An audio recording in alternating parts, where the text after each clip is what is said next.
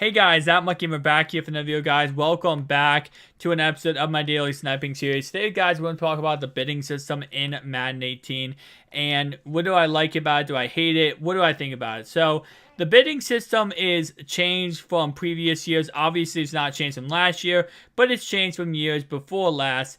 Where now the bidding system, how it works is it's pretty much you go ahead and you just put a bid on a card, and then people bid back and forth with that same card, and eventually what happens is, when people stop bidding, then that person wins the card.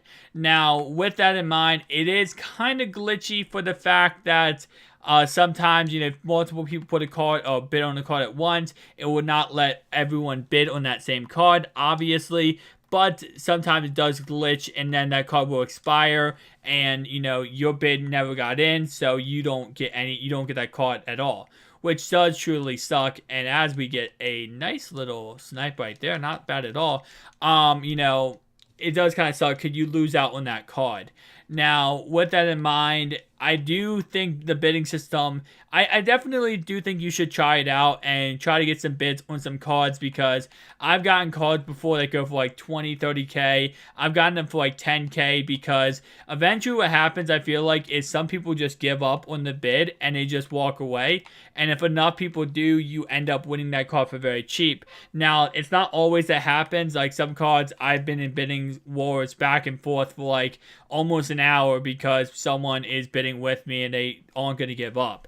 So sometimes it just comes down to there's some people that don't give up on bids, and if you go against those kind of guys, you're probably not going to get this card for cheap. So just keep in mind, look at the next cheapest card up, and do the 10% tax method to make sure you're still going to make some coins even if you go ahead and get him. Now, if you're just getting him for your team, obviously that's a different story. But if you're trying to sell him back, go ahead and make sure you're still going to make coins back on the whole entire thing. Now, my recommendation would be bidding at nighttime. Less people online, obviously less people to go against.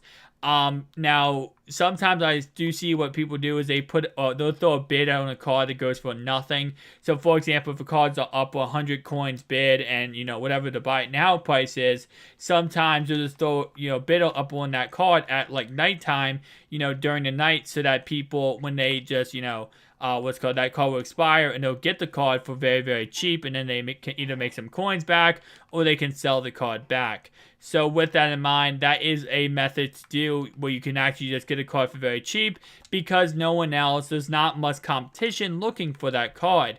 Now, that sometimes works, but sometimes what happens is people will come in the last second, and then they'll throw a bid up, and they'll outbid you, obviously, and you'll lose. So, if you're going to do that method, I recommend doing that method more or less at the end of the cycle. So, like, once the card's about to expire, then put a bid in so that you can go ahead and get that card for, very cheap, and no one's going to outbid you, most likely.